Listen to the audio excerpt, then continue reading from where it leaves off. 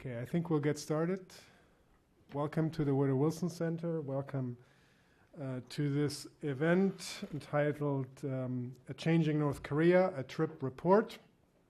I'm very pleased to welcome all of you to this meeting, which is co-sponsored by the Center's North Korea International Documentation Project, with which I'm program director here at the center oversee. Project itself is coordinated by my colleague James Person at the other end of the panel here. So the North Korea International Documentation Project, the center's Asia program directed by Bob Hathaway, and the Korea Economic Institute represented here by Abram Kim. We're delighted to feature this trip report. This group traveled extensively throughout North Korea this past June. I'll introduce the speakers in a moment, just to say that during their extensive travels, they met with faculty and students at major universities, including Kim Il-sung University and Pyongyang University of Science and Technology, where they were the first ever outside visitors permitted on campus, and they also took a number of trips to the countryside. Informed by a broad knowledge of North Korean politics and history, these three academics returned with fresh insight about the current political and economic climate, on the efficacy of sanctions and the penetration of technology, as well as the food situations. And all of these issues we'll be hearing, I think, some new perspectives. And so let me just introduce the group that traveled and that will be speaking to you in just a moment. First off, Abram Kim, who's the vice president of the Korea Economic Institute. He is formerly a research manager of government services and the principal Korea analyst at the global risk consulting firm Eurasia Group. He managed a group of analysts there and editors that support a variety of U.S. government research projects covering issues such as international trade, political stability in emerging markets, and the political implications of the financial crisis. He also headed the integration of the latest social media technologies, data visualization tools for the firm's government clients. In addition, he has advised financial investors, corporate executives, and government decision makers, and has written extensively on Northeast Asia with a number of publications in major journals in this country and abroad to his credit.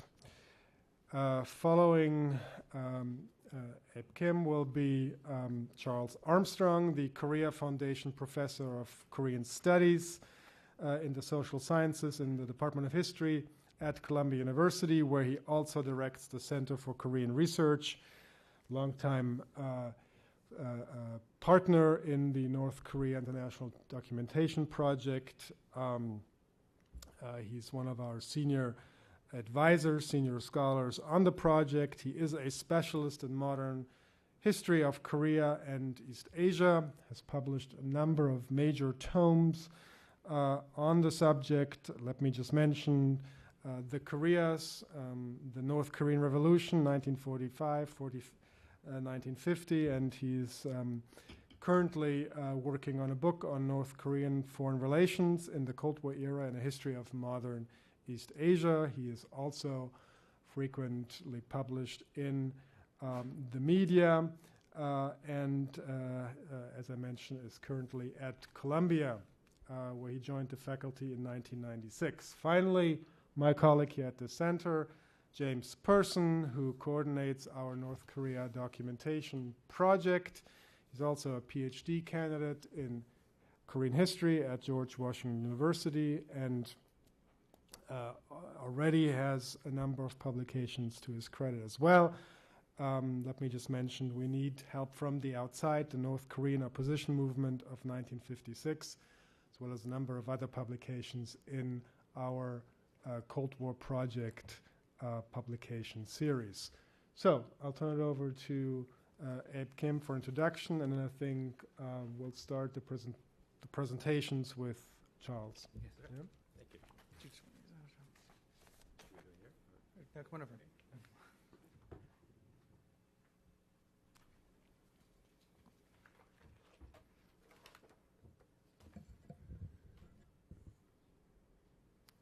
Well, it's a real honor to co-host this event with the Woodrow Wilson Center. KEI is actively involved in a lot of Korea issues, including North Korea, and it's great to partner with great institutions around town, including the Woodrow Wilson Center.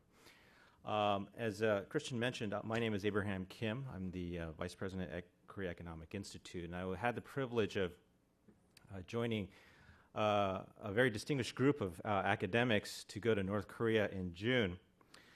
We want to take you on a journey, a photographic journey of our trip. It was 8 days, and we had the opportunity to have, we think, a fairly unusual amount of freedom to meet with people, look at monuments, look at museums, talk with people, visit the countryside, and as well as just being able to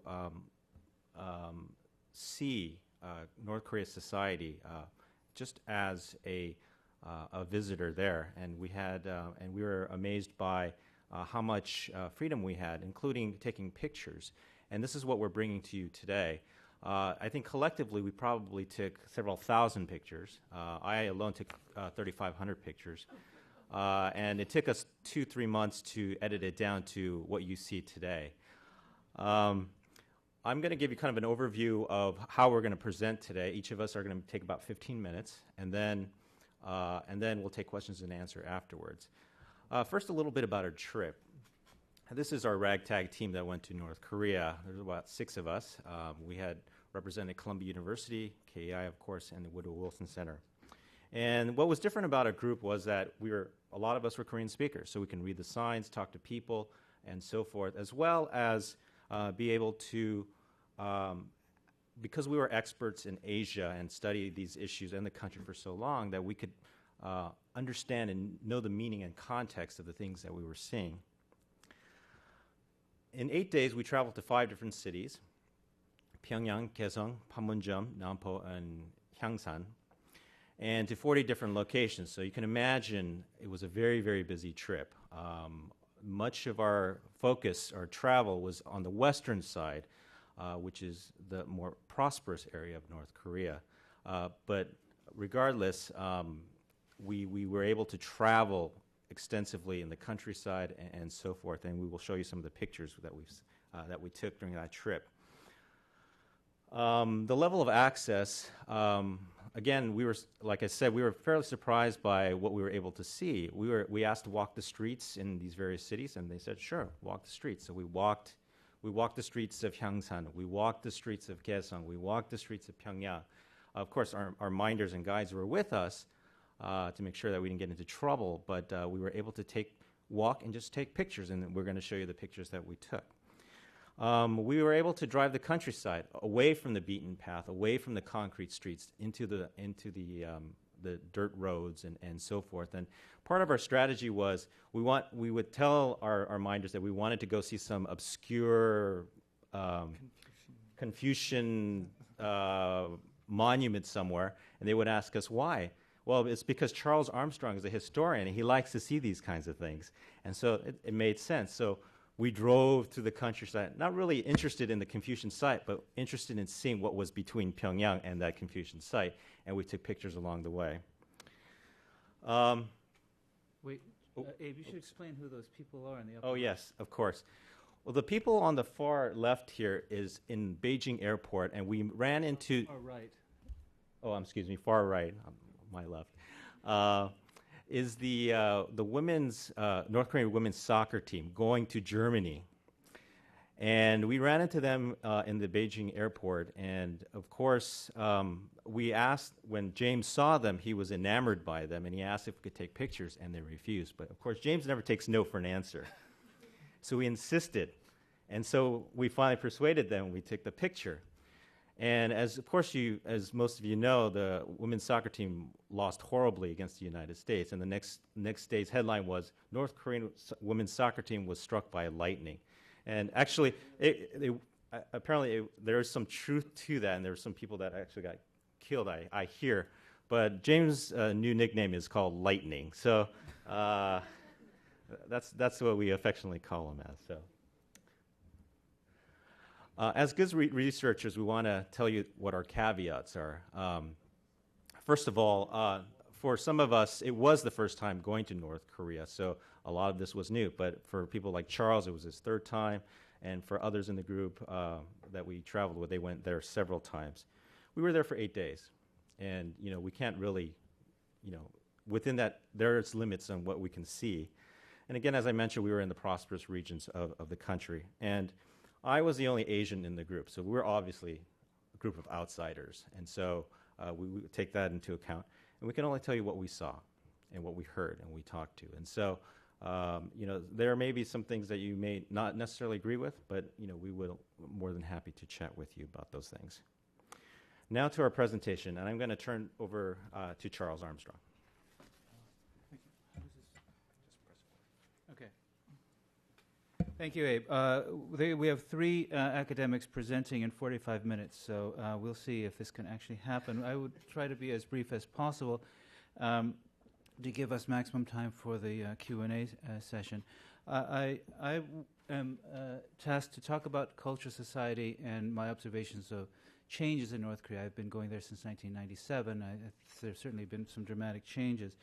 But of course, it's very difficult to get at the reality of culture and society in North Korea. So what I can give you are impressions that are a combination of what we saw and witnessed firsthand and what I and others brought to our visit with our work previously on North Korea. What I want to try to talk about very briefly here is my understanding of what we might call life among the monuments, what everyday life really is in North Korea in various aspects. Obviously, we did not get to see everything. Obviously, our minders wanted to give a very positive image of their country to us. But as Abe said, we've managed to find a number of ways to get around what they strictly wanted us to see, to get other perspectives on life in North Korea. And we went officially, I should mention, as tourists, which I think has certain advantages. We didn't go on an official visit, which is usually very limited, nor did we go with a humanitarian NGO, which has the opposite problem of going to see those who are the most impoverished. But rather, I think we saw a little bit of both, as it were, the good and the bad, and different aspects of the society. We obviously cannot tell the full story. We can't get a complete picture of the society from this brief visit, but we can take these observations combined with other sources of information and get, I think, a little bit more of a three-dimensional idea of what life in the DPRK is like. That's me. I won't mention who that statue is of behind me. The most common image we have in the United States and in South Korea and the West of North Korean society is this, a highly regimented, mobilized, militarized society. This is the staged view of North Korea. North Korea is a kind of dramatic play that is put on for the world, and this cannot be taken always at face value. Behind the stage, here almost literally, is first of all the preparation for that image. We see people in the white preparing for the mass games that will be held next year to mark the 100th anniversary of Kim Il-sung's birth, and also the women who, with those small whisk brooms, clean this vast Kim Il-sung stadium. But if you look closely, you might see things that are not staged, such as a young girl swerving by in rollerblades, which gives an indication of, as Abe will talk about in more detail later, the kinds of external influences and the kind of perhaps generational changes that are occurring in North Korean society today. North Korea, Pyongyang. I will stay in Pyongyang for a while, then move out to the countryside and to some of the other towns, and then back to Pyongyang over the next few minutes. North Korea, and Pyongyang in particular, is a place where there's a great deal of walking, as many observers have noted. There's not a lot of public transportation that works very efficiently, although there is public transportation, as we'll get to. People walk. They walk among the monuments, they walk among the slogans. But by observing them walk, you can see a number of things, which we will get back to elsewhere in the presentation. First of all, the style of dress has certainly become much more modern in recent years. The kinds of hairstyles that women sport. You can, I think, read a great deal about North Korea by observing the fashions of women in Pyongyang in particular, but also outside of Pyongyang. And things like these little market stalls that have sprung up all over, not just in Pyongyang, but in the countryside as well. The image on the right, there are a couple of things to observe. First, the fashionable parasol and the well-dressed people walking, but also, of course, looming behind them is the Yugyong Hotel, which was built in the late 1980s as part of the preparation for the 1989 Festival of Youth and Students. It was never completed. It was an eyesore that people were told not to talk about when they visited, and you had to politely ignore it when you went around with your guide. Now it's in the process of being completed, or at least partially completed, by an Egyptian construction company. You know, there's no watch here. Can you hand me my watch so I can keep time?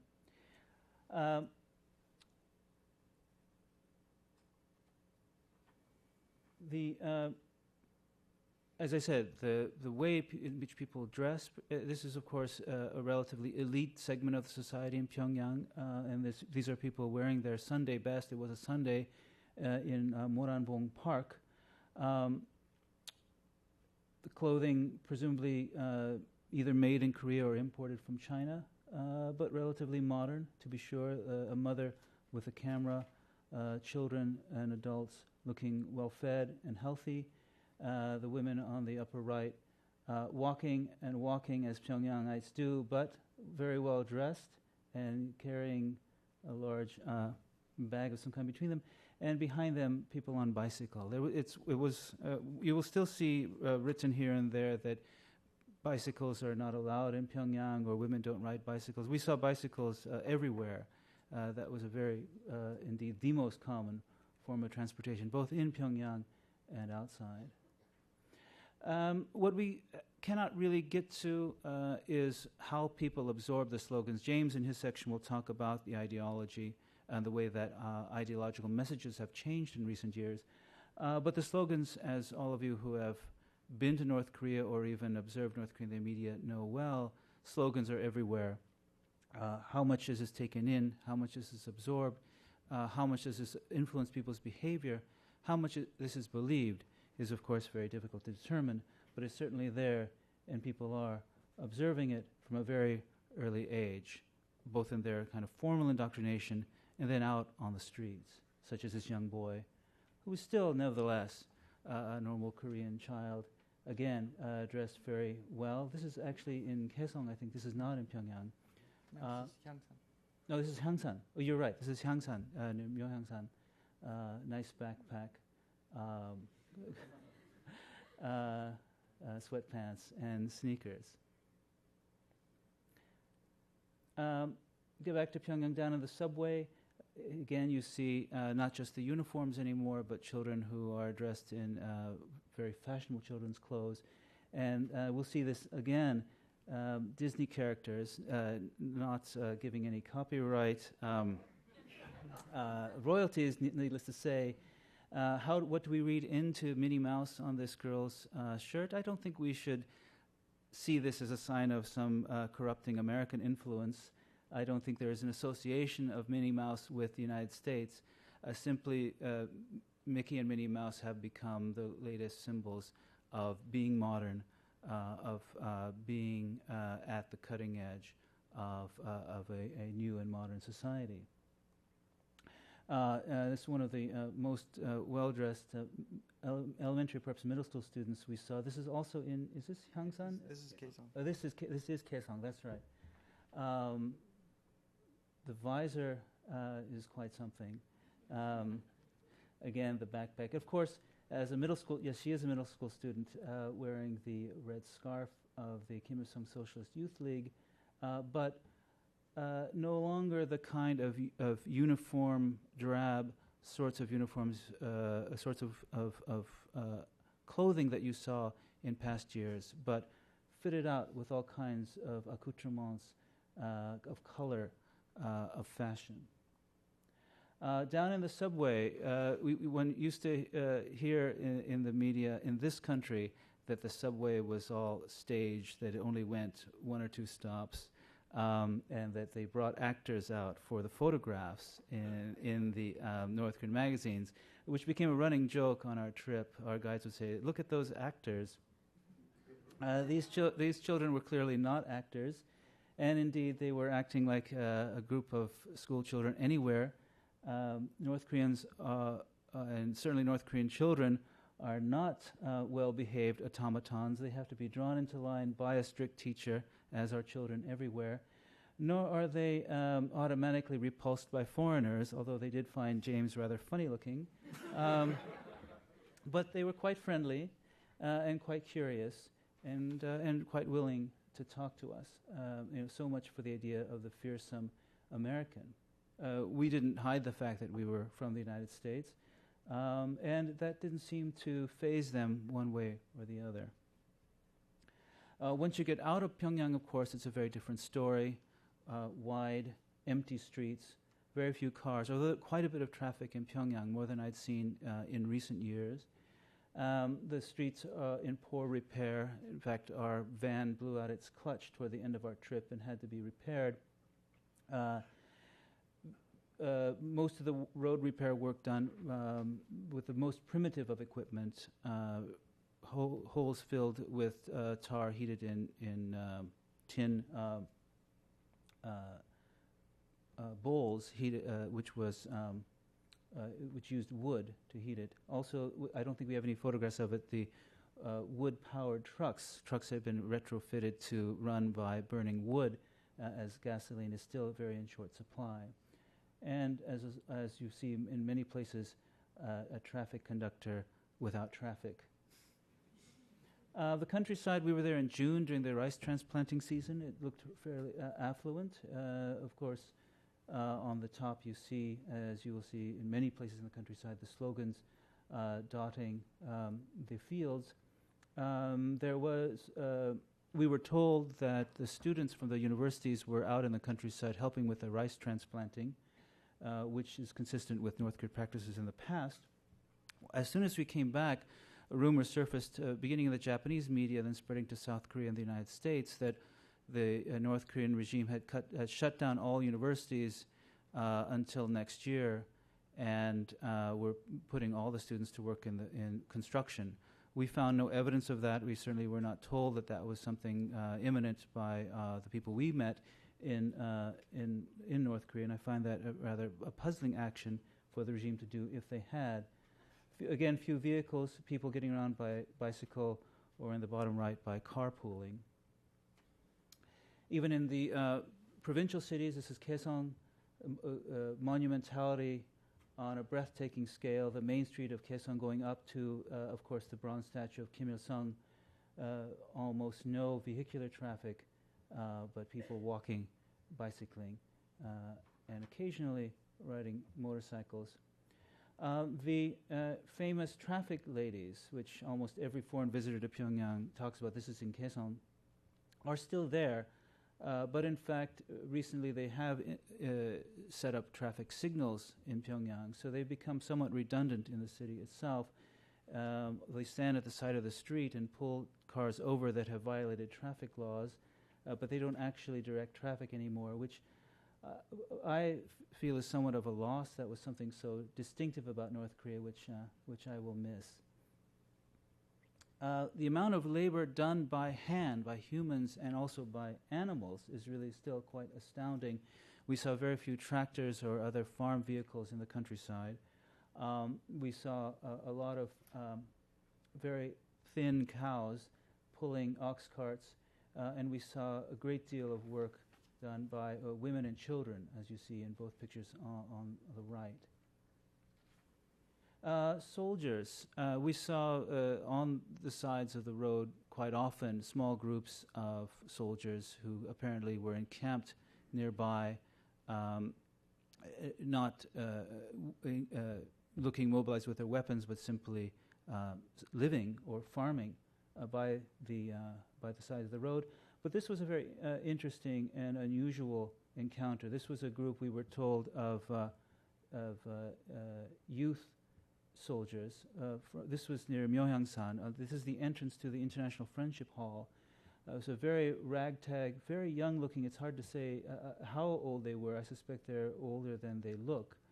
Very unkempt, unwashed, military people, men and women, who were brought in to look at this vast collection of gifts given to Kim Il-sung and Kim Jong-il, to be therefore impressed with the way in which the international community has showered favors on their great leader.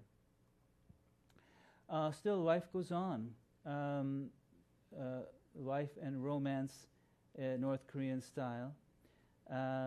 The couples you see here represent very different aspects of life in North Korea. The elderly couple still wearing the traditional uniform. The people in the military service on top. And then this photo, which was one of our favorites. Abe will show it again later.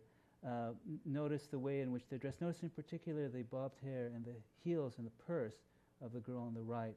It's been said North Koreans have no time for leisure, have no time to enjoy a social life, much less romance, but that's certainly not what we saw when we visited the DPRK.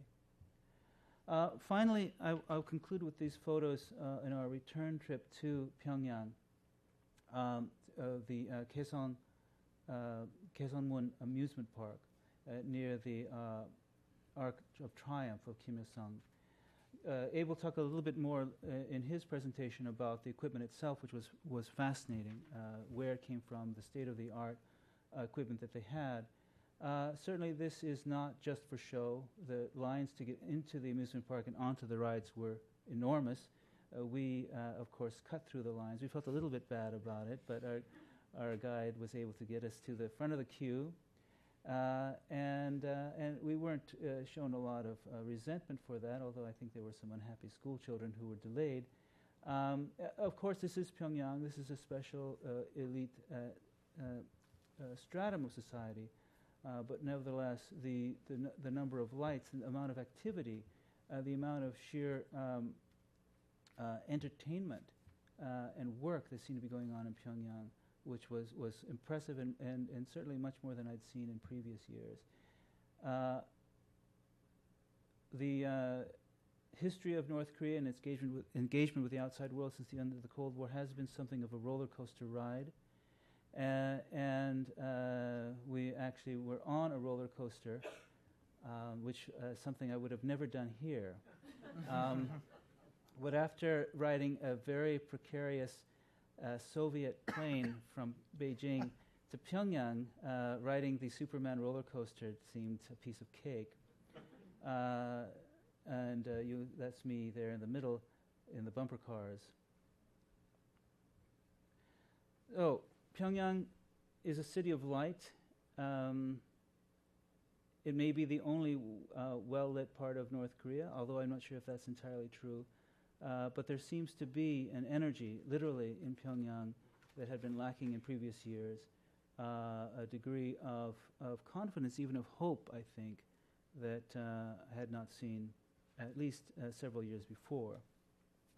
Of course, we didn't get to the less well-off parts of the country in the east, but someone we knew took a similar trip just the week afterward, after we did, to Wonsan, and also reported that there were no visible signs of economic distress, that the situation seemed relatively well off.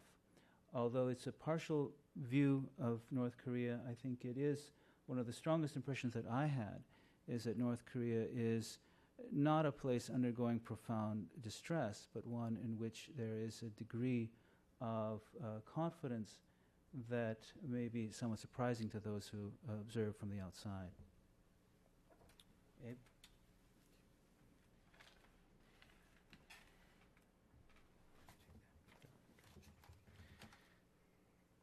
What was great about this trip was that each of us had different backgrounds, so we were looking for different things while we were there. And so some things we looked at similar things, and some things we looked at different other issues. And my focus was on sanctions, foreign influence, and technology. This is me with my back to the Juche Tower. So one of the first questions that I asked was, what's the efficacy of sanctions? We hear about North Korea being the most sanctioned country in the world, and there's, of course, all of you are familiar with UN Resolution 1874, and how luxury goods are supposed to be banned and so forth. And so we started looking for proxies. And so one of the biggest proxies that you can for foreign goods is, of course, cars. So what kind of cars are they driving? What kind of foreign cars are going in? And so the surprising thing was there were Mercedes, there were BMWs, but the most surprising thing to me was that the fact that there were a lot of American cars driving in Pyongyang. How ironic is that? Chevys, Fords, a Lincoln Continental, and so forth. And so there were quite a few cars, and they're fairly brand new, which was also surprising. And we had learned later, and we actually met with the president of. We accidentally ran into the president of Pyongyang Motors. For those of you who know about Pyongyang Motors, it's a joint venture with North Korea and the Unification Church. And a lot of cars are actually imported, we've heard, with the assistance of Pyongyang Motors. And as you can see, this is an advertisement for Pyongyang Motors, and this is the only from our understanding, Pyongyang Motors is the only company that can actually advertise in North Korea. So you see all Kim Il-sung, Kim Jong-il propaganda, and then all of a sudden you see drive Pyongyang Motors. And so this is the only billboard. Well, there are several billboards like this, but the only company that could really advertise in North Korea. The other things we looked for was what other kinds of technology was coming in despite the sanctions. And two places we went to was the Kim Il-sung University E-Library, as well as the Grand Study Hall of the People, or Grand People's Study Hall. Yeah, Grand People's Study Hall, which is essentially their central library. And what was amazing is there were all these computers there, and in the Kim Il-sung University Library, it was all HP computers. And then in the Grand Study Hall of the People, it was all Dell computers. And as you can see, there's some windows and different things like that. But if you can see the diagram right here in this corner, what we were pretty amazed about was that this is an HP system. It's a 3D touchscreen book catalog where what the lady is doing there is just flipping through the catalog and looking at different looking for books and e-books and things like that for us, and it was HP. Of course, there's a little red sticker. It says from the gift of Kim Jong-il, but right next to HP. We've seen pictures of this, and this is proof that Charles was actually there. And I did ride the roller coaster. And he did ride the roller coaster. And that why I bring this up is the fact that this was a amusement park we understand was refurbished and opened last year. And all the equipment there is Italian equipment, so it's European equipment. And not only that, but there are also video game places, and the equipment we understand, we've heard, is from Japan. This is one of the factories we asked to visit, and this is a mineral water company, and it's an award-winning mineral water company, and they've taken recycling to a new level. As you can see, there are bottles. They're all different colors, and these are recycled beer bottles. And what these beer bottles is, they're going through, they're cleaning it up, and the equipment is Italian equipment. And somehow it got in, and they're cleaning this up. But the funny thing about this is the beer bottles, some of them have their own glass imprint of, like Taedong beer or different things. So you would get a bottle of this Gangsa Yaksu, but it would also have Taedong beer on it. So, all they were doing is cleaning the insides, putting water in, putting a cap on, and then selling it. So, but the important thing is that a lot of this stuff, there's equipment's coming in, but it's all foreign equipment, not just not Chinese.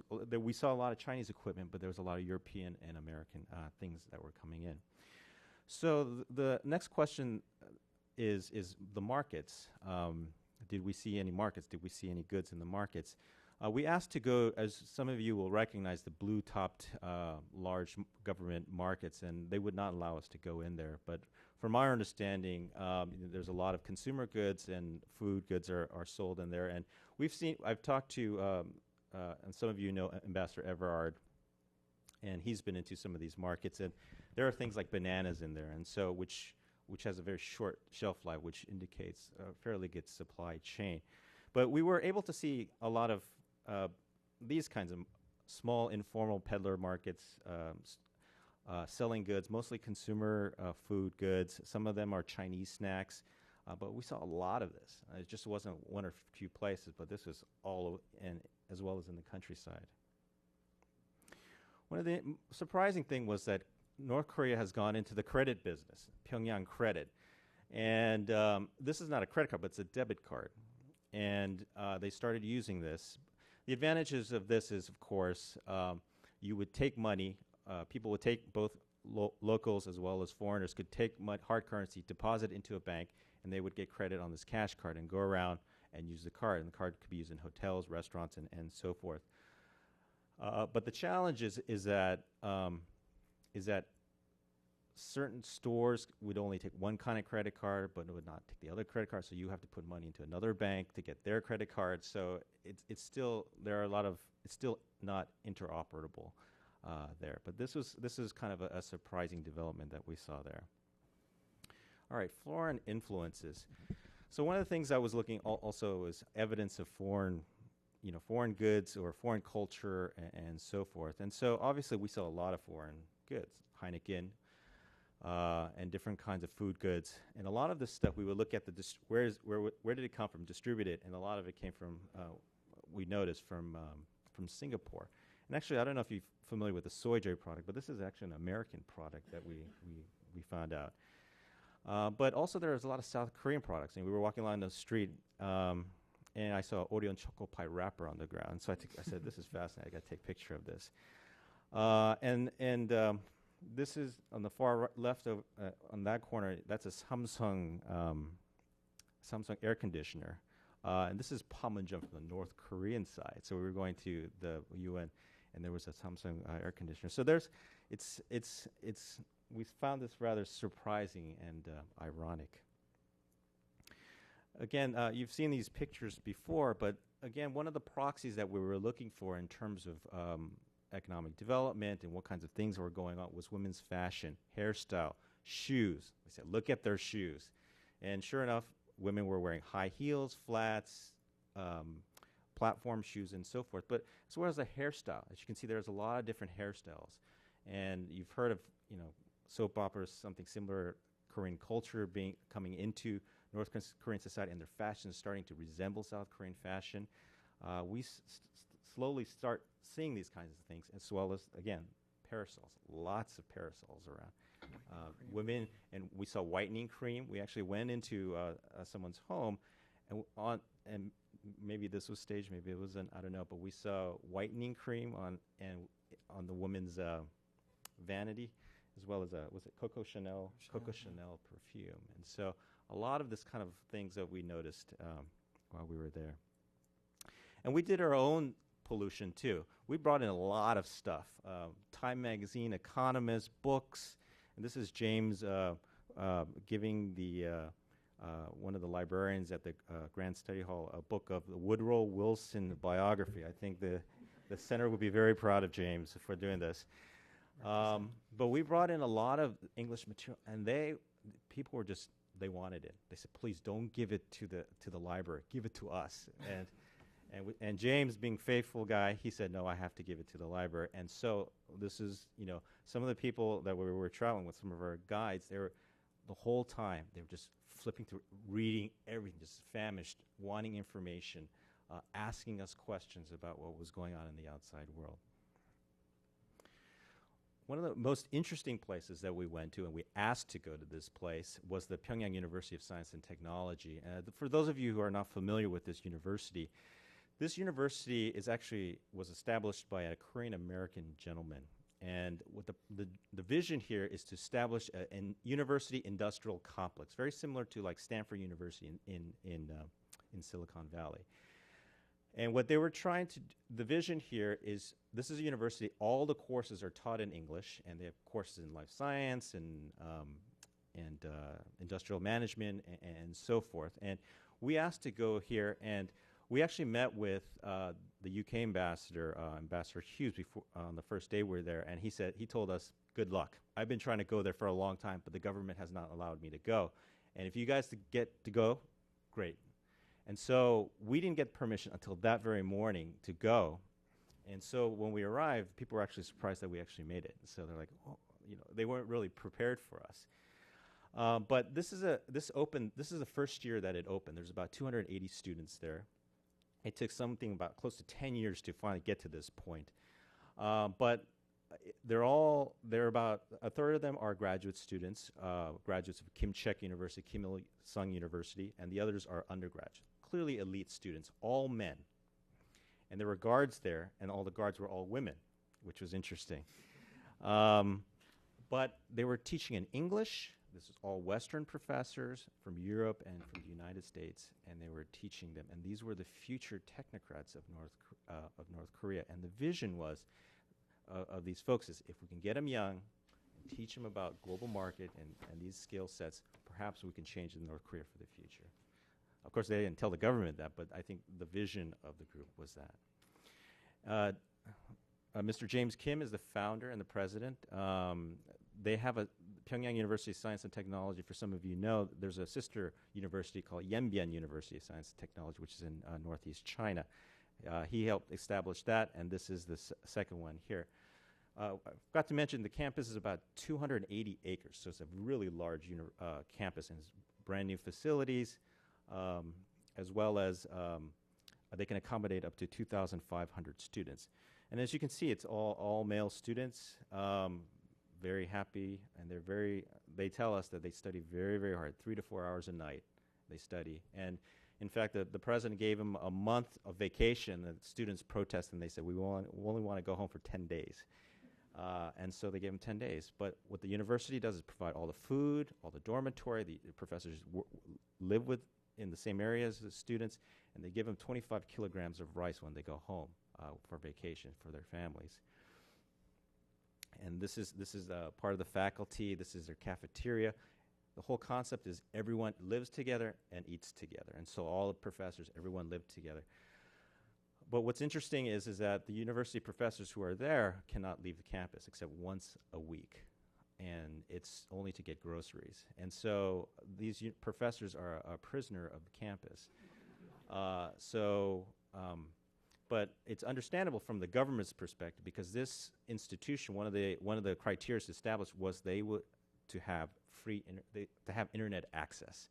So this university is one of the few places that has internet access and talk freely about in English about Western culture, marketing, and so forth. So you can imagine this is a little oasis of pollution, I guess you can say, in Pyongyang.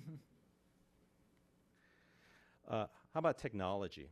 We looked at how technology has penetrated North Korean society, and of course, there was a lot of, as Charles mentioned, a lot of. We told our minders we don't want to see anything staged, right? We know a lot of this stuff is staged, just to push them, just to kind of keep them off balance. And so they took us to, and they showed us a film at one of these, at one of the museums. And as you can see, in 1998, August 31st, they had launched a satellite. We know it as the Taepodong-1, right, that shot over Japan. But they said there's a satellite in in space right now. And in fact, they've got all the coordinates too, and how far it's the closest point and the farthest point, and how long it takes to rotate the Earth. And in 2009, of course, they shot up their second satellite, right, which also succeeded, and they have the coordinates there. But we all know that it's all at the bottom of the ocean somewhere. But so they had shown us all of this. But apart from this, some of the technology that we were interested in was we looked at cell phones. And we had actually had the privilege of talking with some Erascom executives at the Potagang Hotel. And we saw, in Pyongyang at least, a lot of people using cell phones all over the place, as you can see here. If you look at the Erascom report, they say the first quarter is 535,000 subscribers in North Korea. And we, in our encounters with them, said, no. And this was June, of course. It's more like 600. I've heard the person said it's above 600,000 subscribers now. So this is growing exponentially. As you can see, it started in 2008. And what was interesting was this gentleman had an iPad with him, and he was checking the internet. And so the question was, you can get internet access in Pyongyang? So, oh yeah, we're developing a SIM card where you can put a SIM card into your iPad and you can get internet access. And of course, as many of you know, the infrastructure there is 3G, which is not quite similar, but it's a similar capacity. And so, as we understand today, you can get internet access with the SIM card. So our next question was: isn't the government concerned, people walking around with internet access with their iPad? And in fact, the gentleman said no. They're actually encouraging. The government's actually encouraging this development. The other interesting part was about internet access. This is one of the hotels that we didn't stay at, but we ate at lunch at, and this is the Hangsan Hotel, which is by Myeohangsan. And as you can see, it's completely refurbished. It's brand new, but there's not a single guest in it. But one of the things that they had revamped was that they said that there's broadband in all the hotel rooms, which was very surprising. And so we kept hearing these things that North Korea was allowing, the government was allowing internet access. Of course, this is only accessible by elites, but there are evidence. We're surprised by this. And so that comes to the conclusion of my part, and I'm going to turn it over to James. Thanks.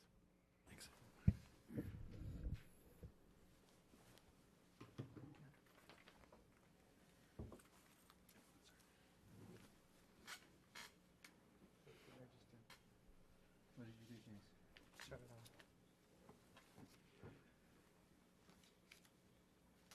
Oh, there we go. Okay, and here's proof that I was there. Standing in Kim Il-sung Square, holding a brochure for the North Korea International Documentation Project. Not only did they not take it away from me, they actually let me bring them in, and I distributed them to anyone I met. So there's little need to underscore the primacy of politics in the everyday lives of the North Korean people.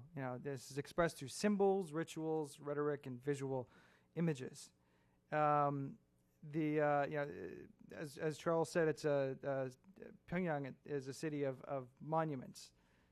Everywhere you turn, not just in Pyongyang, but throughout the country, you have these monuments, mosaics, slogans on walls and on roadside displays that are used by North Korea's political leaders to advance their goals, to shape public opinion and keep opposing forces in check.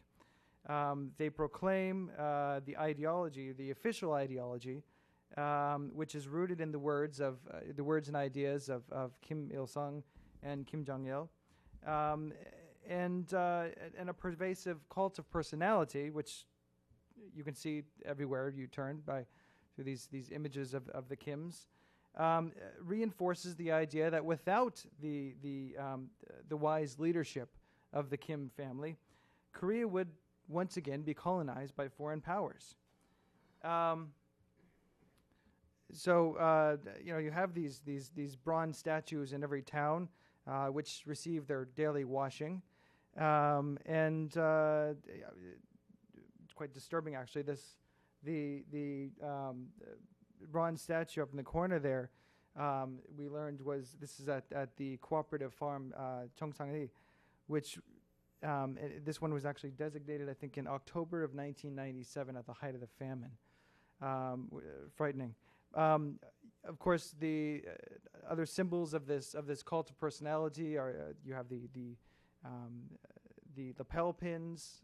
Most people still have the Kim Il-sung lapel pins. You have images of the leaders in homes, in classrooms, Grand People's Study Hall, and you have their images, and even on public transport. So there's really no escaping the cult of personality, no escaping the ideology. You have then these newer reminders to everyone that Kim Il-sung will be with us forever, even though he died in 1994. And even the most mundane things are celebrated. The most mundane things that, or simple things that the Kim family has done. This was a holiday that happened the day after we departed. It was celebrating the day that Kim Jong-il joined the Korean Workers' Party. You had posters celebrating Kim Jong-il's recent trip to China. Here showing his route and saying, we need to remember the glorious achievements of Kim during his trip to China. I suspect they have posters now of his trip to his recent trip to Russia. Just to underscore the pervasiveness of ideology and of the cult and everything. This is the Yanggakdo Hotel. This is the hotel that's on the island in the middle of the Taedong River in Pyongyang. This is where most foreigners will stay. You're sort of stuck on this island. Well, what happens to the North Korean people that work with or that work there and encounter foreigners on a daily basis? How do you prevent them from being influenced by the foreigners that they're encountering? Look at the elevator there. No fifth floor. The fifth floor is actually a working, or it's a floor where a lot of the workers will live, and the walls of the fifth floor are covered with paintings, reminding the workers that even though you may not see the horns on these foreign devils, we can't let down our guard. They're still very covetous of Korea. They're still their influence is bad, and they will given the chance they will try to deceive you and colonize our country again. Reminding of American the Korean War and the Shincheon massacre. Japanese imperialists, reminding of the colonial era. As you can see from those images, the North Korean government uses history to really reinforce its ideology, reinforce its message. If you ask a South Korean, tell me about the U.S.-Korean relationship. When did it begin? I dare say that many people would say, well, the United States helped liberate Korea in 1945 from Japanese colonial rule, and then helped Korea defend itself against communist takeover. You ask that same question to a North Korean, you'd get a different answer. 1866 is probably the first date that they'd give you. That's when the General Sherman sailed up the Taedong River, ran aground, and the entire crew was massacred. And you have these monuments, these war trophies in North Korea that are there to serve as reminders of this. Again, these covetous Americans, they want Korea. They've long recognized the value of Korea. And here are some of these war trophies. These are the cannons from the General Sherman, supposedly. You have then, of course, the armed spy ship, USS Pueblo. We asked to see the arms, and there was a little gun on the back. you then also have this torpedo that was captured in the 80s in Wonsan Harbor. And again, these serve as reminders to the North Korean people that, never let your guard down. The Americans or excuse me, foreigners cannot be trusted. They also use South Korea or the inter-Korean relations for their own purposes. This is the monument to the 3 principles of national reunification. These 3 principles being, achieve national reunification independently without outside interference, realize reunification peacefully, and promote great national unity and transcend differences in ideology and political systems. These were principles that were inserted into the July 4th, 1972 Inter-Korean Declaration. You ask most South Koreans, do you remember, do you know anything about this? And they'd probably say no. But the North Koreans are very proud of this because these principles were advanced by Kim Il-sung and adopted, and included in this joint declaration. It's as if the North Koreans are proud of this because, look, the South Koreans recognize the importance of Kim Il-sung's ideas and his beliefs. And we would achieve this were it not for those American occupiers in South Korea. Given left to our own devices, the Korean people would certainly reunify. That's the message they seem to be giving. You don't see any references or any monuments or statues to other inter-Korean agreements, such as the 1992 declaration on nuclear, or the non-nuclear, not having nuclear weapons on the Korean Peninsula. Now, so do people actually believe this? Do they believe what they're seeing on a daily basis? And this, it's difficult to determine this, as Charles says. But there were certain in a lot of the conversations we had with people, it became clear that there are cracks in this ideology, that information is getting in, and that people have real doubts. On the Pueblo, for example, a lot of the people, I should say, knew that when we were going on these scheduled visits to different places, they knew our background. They knew that most of us were American trained or Western trained scholars of modern Korean history and Korean politics, and so they understood that we would probably have a different perspective on things. And so on the Pueblo, for example, once the minders disappeared to go and smoke, we were asked, what really happened, and what happened to the crew once they returned home? Did they live well? And we explained, well, a lot of them actually had psychological issues because of the torture they underwent when they were held in North Korea. And she was genuinely surprised by this. In other places, we were asked, why was Korea really divided? How did the war really start? So clear indications that people don't buy the official party line. As Abe mentioned, people were also dying to get their hands on outside information, and I brought with me, and they let me bring them in the country actually, documents obtained by the North Korea International Documentation Project here from not from Chinese, but East European translations of East European documents, conversations between Kim Il-sung and Ceausescu, Kim Il-sung and Khrushchev, Kim Il-sung and Honecker. And I shared these with anyone who wanted to look at them, and they were just amazed by them, and were asking to send more through mail, or through people who were going there. I also brought a couple copies of Foreign Relations of the United States, and this just blew them away. I mean, these are documents assembled by the U.S. government on relations with Korea. And the Grand People's Study House, I was asked to actually send the entire collection of Frus volumes on U.S.-Korean relations. And people just were devouring this stuff. They couldn't get enough of it. Other places, it was clear to people that people understood that their country was not giving very accurate history of, and was not and didn't have any valuable materials. When we went to the DMZ, I met with the lieutenant colonel, and we sat down and started talking about my dissertation.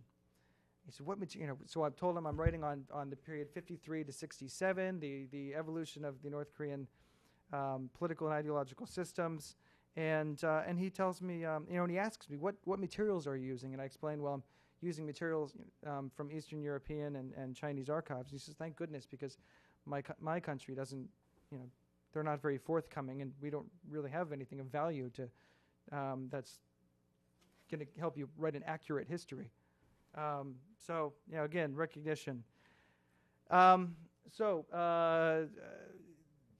We all know that there's an ongoing succession process in North Korea, and we were looking for signs of this.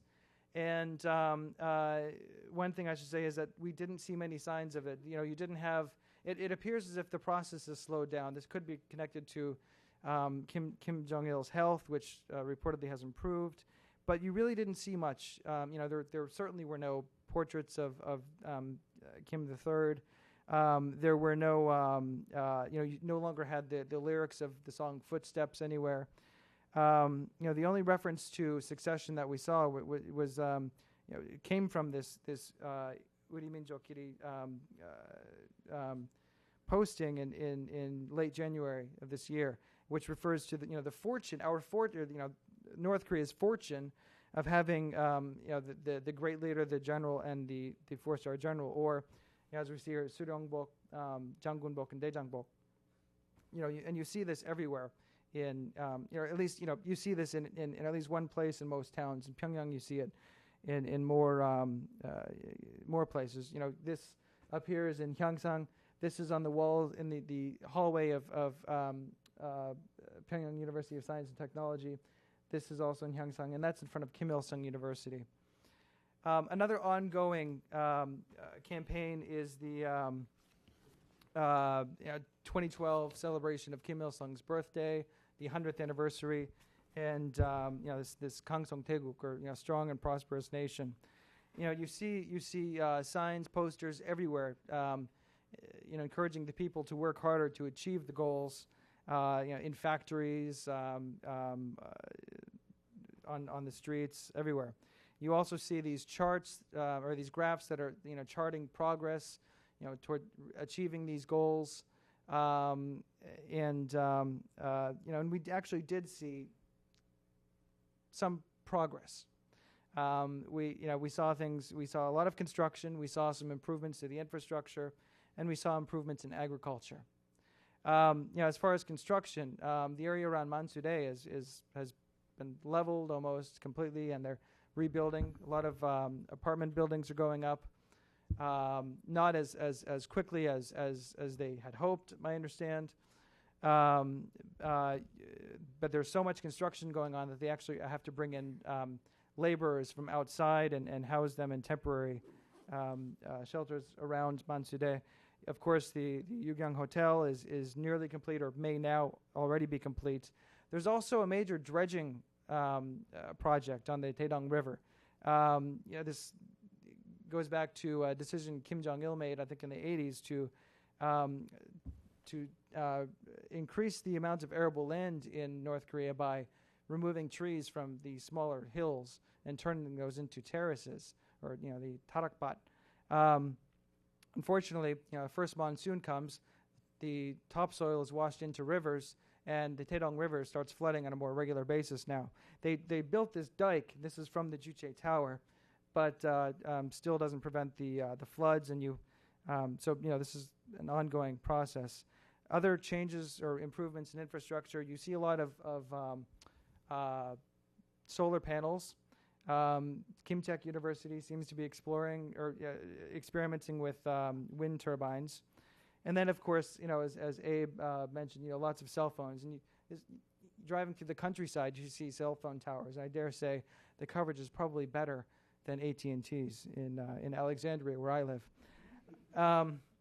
In the countryside, you hear lots of reports about possible famine again. And I have to echo, what my colleague said. it really didn't see much, many signs of that. The rice crop, which was just being replanted, seemed to be growing well. Then again, we were there before the monsoon season. Lots of emphasis on orchards, fruit orchards, and in fact, we met an Italian team that was there to install irrigation system. Lots of wheat, potato crops growing, lots of corn, and other crops. Just looks very very green. Didn't look like there would be a famine. And I think one of the biggest developments was that when I talked to my South Korean colleagues who went to North Korea often in the early 2000s, they explained that these tarakbat, these terraces, at that time, the North Korean government made no effort to plant anything on them because nothing would grow. They are now at least trying to grow. And it's not densely planted. It's not, it looks like little sprigs of whatever, but they're at least making an effort to now, and they're using a lot of chemical fertilizer. Now, what does this mean for this strong and prosperous nation? How is success in North Korea measured? And I always go back to this story of the Cholima tractor. This tractor was designed first developed in the 1950s when North Korea didn't have enough money to import the number of tractors necessary to supply all of the agricultural cooperatives that had just been established and to fully mechanize agriculture. So they imported a handful of them, and through reverse engineering, they designed their own, or they developed their own tractor. Now they wheel it out of the factory. A lot of people assemble, a big celebration. They start it up, put it in gear, and it runs in reverse for about 5 minutes before dying. Is it a failure? No. They herald it as a success because they, through using indigenous resources and brain power, they manufactured their own tractor that ran. They worked out the bugs, and they're still producing the tractors today. We saw some in the countryside and of course, in the museum. So the point here is what is strong and prosperous is subjective. And even incremental changes and improvements in housing and infrastructure and agriculture, could be measured, as success by the North Koreans, and even enough, it could be enough to make, or to, for them to label the country as being strong and prosperous. Thank you. Thank you for 3 fascinating presentations, impressions from your visit to North Korea. I want to open it up to questions and comments by all of you. We have about 20 minutes. If you please, would in Wilson Center tradition, wait for the microphone because we're webcasting this event, but also identify yourself, your name and affiliation if you like. Yeah, we'll go to the gentleman over there. Hi, thank you. Mike Billington with Executive Intelligence Review. None of you have made reference to the recent pretty extraordinary surge in the idea of peace through development coming from Russia, China, and to a great extent from South Korea and the State Department as well, with the pipeline, the rail line, the development of the Far East of Russia, and all of these things. I'm wondering if you could comment on how this is viewed, if it's even being discussed, amongst government and amongst the people in North Korea, and perhaps also your own views of how this might transform the entire region rather than just North Korea itself.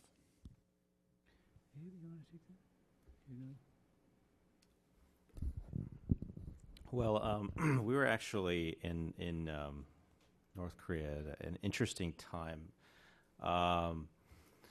which was, of course, we went there before the whole Russia trip.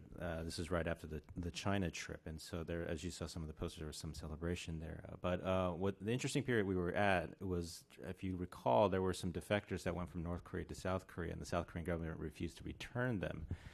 And so we were at the height of where North Korea was actually critical of the South Korean government. In fact, we went to a Catholic church, and there were prayers and there was a sermon, and they, the priest there preached on 3 things: peace, unification, and down with the Lee Myung-bak government. So it wasn't a good period to talk about peace and so forth. Honestly, we didn't.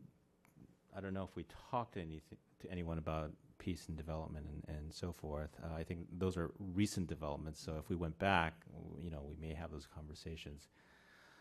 But clearly, North Koreans are very interested in some kind of economic development, especially moving ahead to 2012. And as you've seen a lot of posters, economics is very high on their mind in terms of development. There's a lot of construction going on, and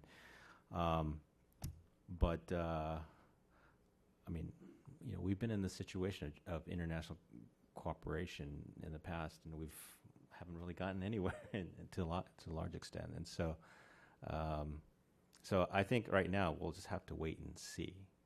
That's all I can say about, especially all the recent developments. So, guys.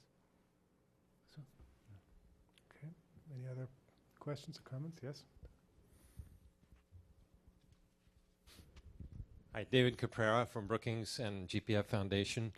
I'd like to know anyone's observations on the implications of your seeing this exchange for Track 2 exchanges on different levels. I just returned from 7th trip to Mongolia this year, and to see the very robust dynamism with Mongolia and North Korea and worker programs, cultural exchanges, parliamentary exchanges. There was discussions of the role of FIFA in the Asia Football Conference and having ping pong or football diplomacy or youth exchanges around sports.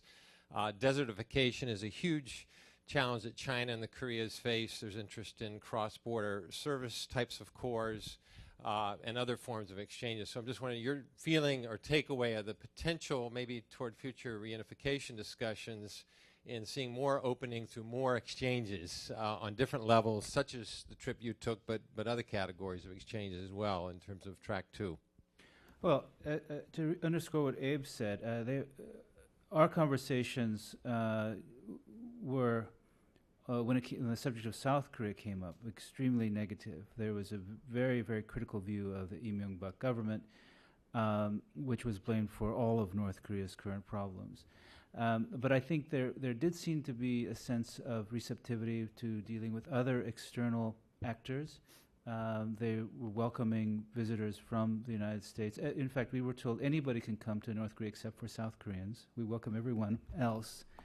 And, there was a sense, we didn't talk to economic officials extensively. We don't know what their policy actually is, but there was a sense, at least I came away with, that there was a certain turning outward, that there was a receptivity to various kinds of interactions with the outside world, which we hadn't seen for a while. I mean, there was an opening. A part of it is geared toward 2012 and an expectation that things will change then. That the succession issue was not really a central preoccupation, which would take its own course. And as far as the pipeline goes, just to go back to that, I mean that, as Abe said, has been a conversation that's gone on for a long time, and the Russians, and in the previous administration, the South Koreans have loved the idea, but I don't think the North Koreans are particularly crazy about running a pipeline through their country.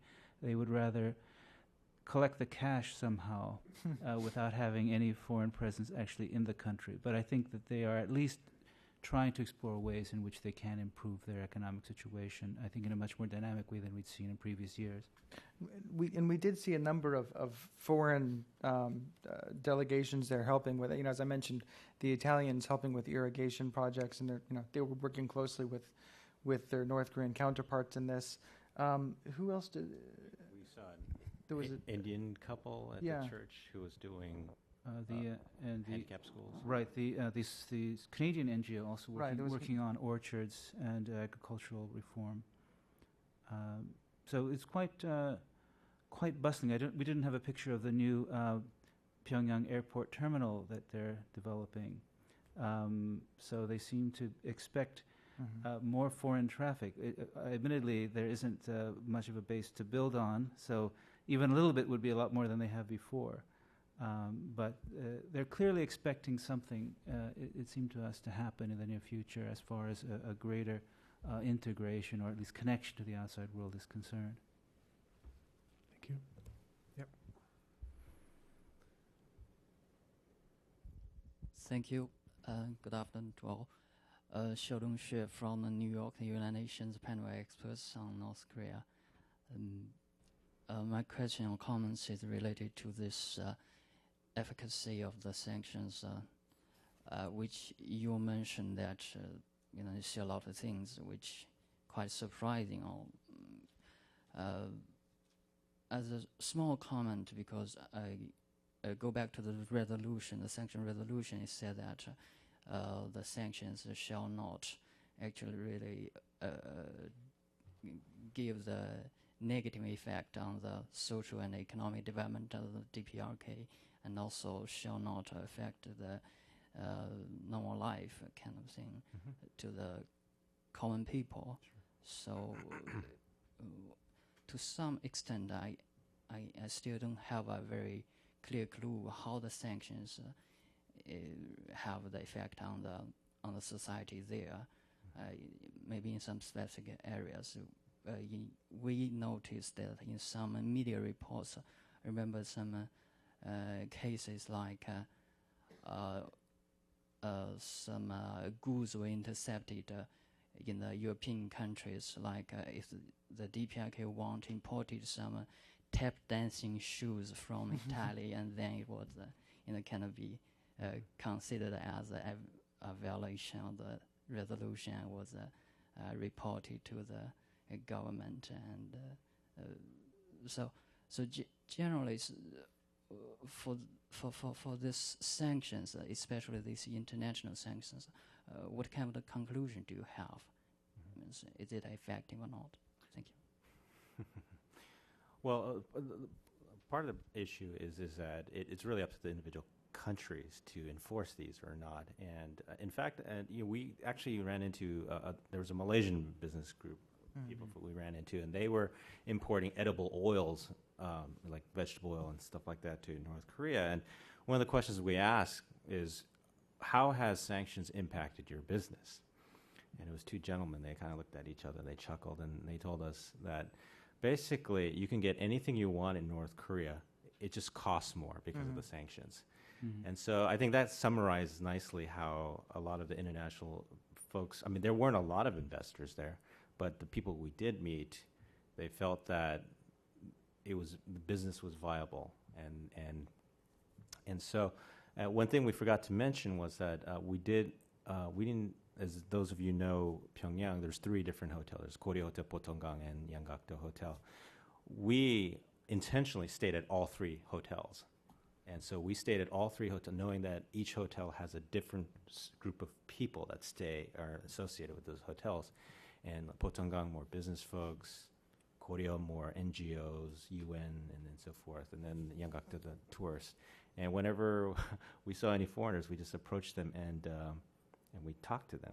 And in fact, we met some UN secretariats, right? And this is kind of a humorous story, but I guess somewhat of a sad story, which is we met this young lady there, and we asked, where are you from? And she says, well, I'm from the UN Secretariat. Oh, great. We're from New York, too. And we said, well, why are you here? And she goes, I'm here to monitor sanctions. And she was by herself, and you would walk out into the Koryo Hotel and look at the parking lot. There's 5 Mercedes parked in the parking lot. So it's, we were kind of joking to ourselves. I mean, it's a, I tell this in half jest, but it's, you see, that's the point is there's a lot of stuff coming in, and when that hole in the 1874, things that will not impact people's livelihood, I mean, that's up to definition, right, and up to the government, and that's a very large hole in the sanction. And is a Mercedes-Benz or these different cars or computers. Ford F-150 being driven down the street by a KPA officer. That was my favorite. So anyways, those are the things that we saw, and there were like a lot of surreal moments too. We were like, this is weird. I mean, we would never expect this in Pyongyang, but it did happen. So I think rather than the UN sanctions, I think the financial sanctions are seen as a real problem. And as they're developing their banking system, as we've seen, trying to develop their economy generally, their ability to get financing from the outside is running across a stumbling block, not of the UN sanctions so much, but the American sanctions. And that we did hear complaints about, that they would like to see those sanctions relaxed so that they can really take significant steps in improving their economy and becoming more connected to the international financial system. Thank you. Yefeng?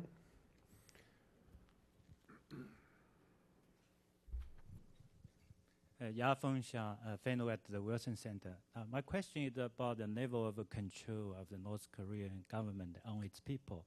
I would like to ask several minor questions. First, were you heavily guided during your trip? Do you have freedom to talk to North Korean people? Or second, are you surprised by the way that they allow you to bring the U.S. publications like the Forest? And do you think that these publications which you gave to the North Koreans have to be surrendered or handed to the government after you left?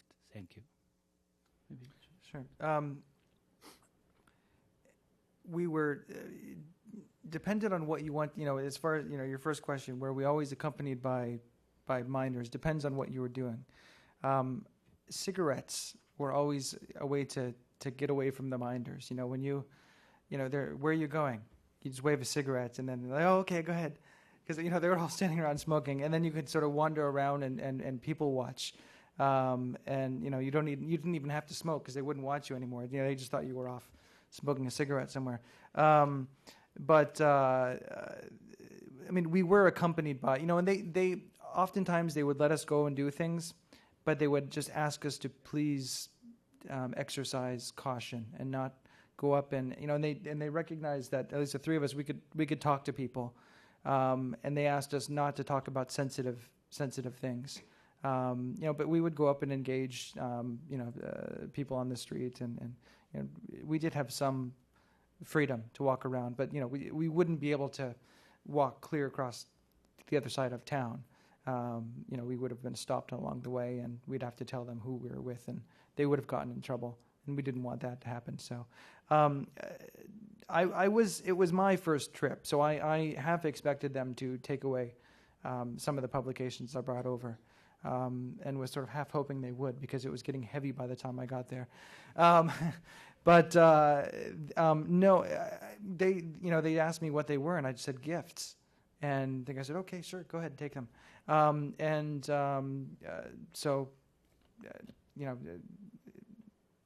Just took it as that. I was pleased that they let me through, or that let me through with them, so that I could give them to people. I don't know that they're going to have to be surrendered. A lot of the people that we gave them to, I'm sure had some connections, and I know one of the guys is the son of a foreign ministry official, and he will likely be able to keep it. And but it was interesting the way they were all, again, don't give them to the library, give them to me. And just really eager to keep them into. I don't know what the value in having this was for them, but they, other than knowing the truth, or what our version of the truth. But I'm not sure. Did you think they'd be surrendered, or? Well, they're not going to be distributed widely, right. I'm sure. They'll be kept within a certain circle. One of the things I wanted to add is I think we were all really struck by the degree of knowledge of South Korean popular culture there. They're familiar with South Korean songs, TV dramas. All of that stuff is really pervading North Korean society. So that was, and that seemed to be quite open. There didn't seem to be any real condemnation or stricture on that. Of course, politically, South Korea was a very sensitive topic, but in terms of the popular culture, that seemed to not be something that was overtly obstructed by the government. Go ahead. There are a lot of stories that we didn't tell, and we would love to tell you offline. But this is just a typical scene. We're driving to Kaesong. We have Beatles blaring over speakers on our iPod while one of our minders is watching a Korean soap opera on James's computer. No, Annyeong Francesca. Annyeong Francesca, while another comedy, is reading The Frus, while the other is playing with an iTouch trying to figure out what kind of songs on it. So that's a typical scene on our bus as we're going. And so, I think a lot of these folks, like Charles mentioned, are very aware of a lot of this stuff, and the elites are very aware of this. And another story is at Panmunjom when we walked off. Remember the the Nicorette story, where we walked off, our guide and I guess a colonel or someone walked off, and he said to our guide, "Did you bring my Nicorettes?" And we're all looking at each other. What's this Nicorettes? And he says, "Well, Walter, who's traveled with us, he said, he had promised to bring me Nicorettes, and our guide said, Walter said, I'm sorry, I forgot, I'll bring it in August." So the colonel shakes his head and just pulls out his Marlboro cigarettes, pops the cigarette in his mouth, and he said, "I guess I'll have to smoke till August." And so this is kind of a surreal picture of we're at Panmunjom, just a couple of kilometers from the south, a soldier smoking Marlboro cigarettes, asking for Nicorettes from an American. So a lot of these kind of like look at each other and say, this is quite a surreal moment in our North Korea experience. So. Right.